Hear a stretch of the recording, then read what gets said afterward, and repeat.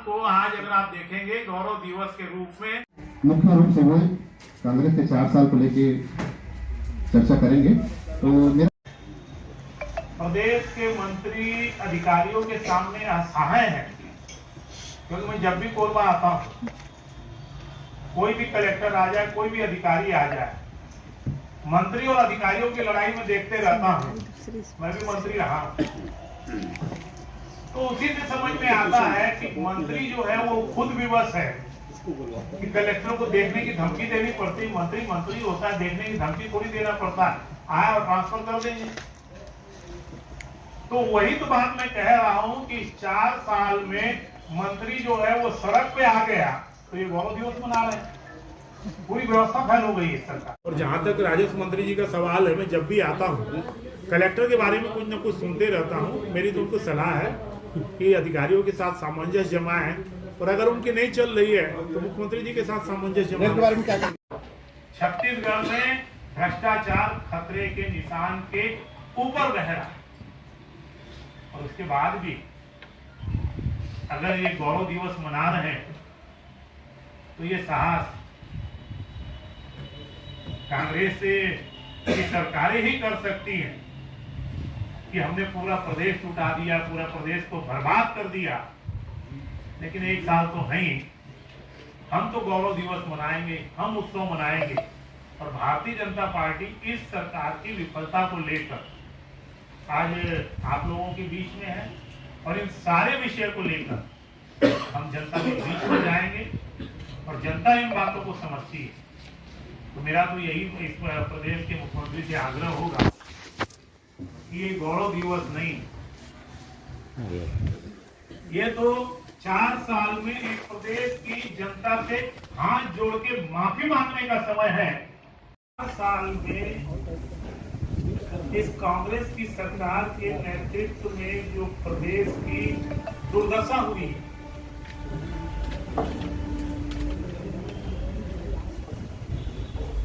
और उसके बाद भी अगर सरकार गौरव दिवस मना रही है, मैं ऐसा समझता हूं कि कोई कांग्रेस का मुख्यमंत्री या कांग्रेसी पार्टी कर सकती है कि जिस प्रदेश की दुर्दशा हो और दो गौरव दिवस के रूप में मनाए। हमारे प्रदेश के बहुत ही सम्मानीय मंत्री जो वर्तमान में स्वास्थ्य मंत्री हैं, पहले पंचायत विभाग की उनके पास, पंचायत विभाग के इस्तीफा देते समय उन्होंने जो पत्र लिखा, अगर उस पत्र के मजमून को अगर हम देखें,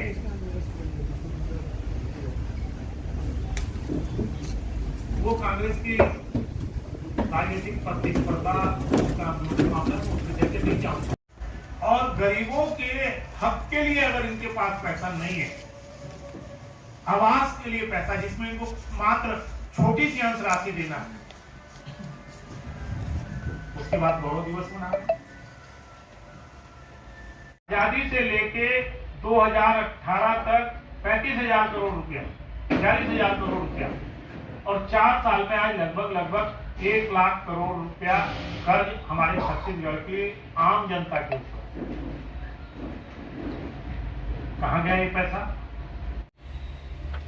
जिस प्रकार से राजस्व में हेरा फेरी करके, नक्शे खसरे बदल के लोगों की जमीनों के लूटमारी हो रही है, मैं ऐसा समझता हूं कि देश में, क्योंकि राजस्व मंत्री के रूप में मैंने भी 3 साल काम किया, पूरे देश में कहीं नहीं। और मैं तो आरोप लगाता रहा हूं कि इस कांग्रेस की सरकार के समय में जमीन उड़ रही है, बच्चों को जाता है रेडी टू ईट। ये सर्वप्रथम देश में स्व सहायता समूह के माध्यम से जाए, ये व्यवस्था अगर किसी ने बनाई तो छत्तीसगढ़ में उस समय भारतीय जनता पार्टी की सरकार ने बनाई, और इसकी प्रशंसा इस देश के सर्वोच्च न्यायालय ने की कि छत्तीसगढ़ की जो व्यवस्था है इसको सारे राज्यों को आत्मसात करना चाहिए। एक अच्छी व्यवस्था चली, सर्वोच्च न्यायालय ने उसकी प्रशंसा की। उसके बाद उठाया, महिला के स्व सहायता समूह से हटाया और बीज निगम को दे दिया। क्यों दे दिया? अग्नि चंद्राकर जी उसके अध्यक्ष हैं, इसलिए दे दिया।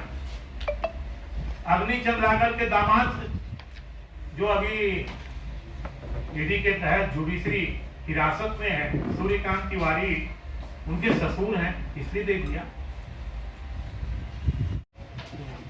अगर विरोधी दल में अगर हम हैं, हम भ्रष्टाचार की बातचीत करें तो एक बार कहा जा सकता है कि भाई राजनीतिक कारणों से हम बोल रहे हैं, लेकिन जिस प्रकार से टेंडर में बंदरबांट की, करप्शन की, छत्तीसगढ़ की कैबिनेट ने ये माना कि इसमें गड़बड़ी हुई है, इसमें भ्रष्टाचार हुआ है और उस टेंडर को निरस्त किया गया और 2 साल वो मिशन पीछे चला गया। कैबिनेट ने माना कि भ्रष्टाचार हुआ है, तो कैबिनेट ने मान लिया भ्रष्टाचार हुआ है, अधिकारियों की कार्रवाई क्यों नहीं हुई? विभाग की मंत्री की जिम्मेदारी तय क्यों नहीं की गई? और प्रदेश के मुखिया के नाते हमारे मुख्यमंत्री भूपेश बघेल जी ने क्यों नहीं स्वीकार किया कि मैं सक्षम हूं इस करप्शन को रोकने के लिए? और वास्तव में सक्षम है, क्योंकि जब स्वयं प्रदेश का मुखिया भ्रष्टाचारियों का संरक्षक करता हो जाता है, वो भ्रष्टाचार को रोक नहीं सकता। मेरे ख्याल से हमारे मध्य प्रदेश के इतिहास में, हम मध्य प्रदेश में भी रहे, छत्तीसगढ़ में भी रहे हैं, जिस प्रकार का परिदृश्य हमारे छत्तीसगढ़ में अभी हुआ है कि कारोबारी आईएएस अफसर, अधिकारी ईडी की गिरफ्त में जेल में है, क्या हो रहा है सब ये? जो प्रत्येक व्यक्ति 5 किलो, प्रत्येक व्यक्ति नाथ परिवार जो चावल दिया, वो 5 किलो प्रत्येक परिवार में दिए, बाकी कहां गया? आपके यहाँ कोरबन में हुआ था, मैं साथ में था, आप लोग भी साथ में थे। कलेक्टर ने कोशिश की कि हम लोग उस कैंप में न जाएं, और जिस कलेक्टर ने कोशिश की, आजकल वो खुली मारी घूम रही है, उसके बारे में मेरे को कुछ कहना नहीं है। तो गरीबों का चावल भी खा गए, 1500 करोड़ रुपए की हेराफेरी उसने कर दी। आज तक सरकार का स्पष्टीकरण नहीं है कि वो चावल गया कहां।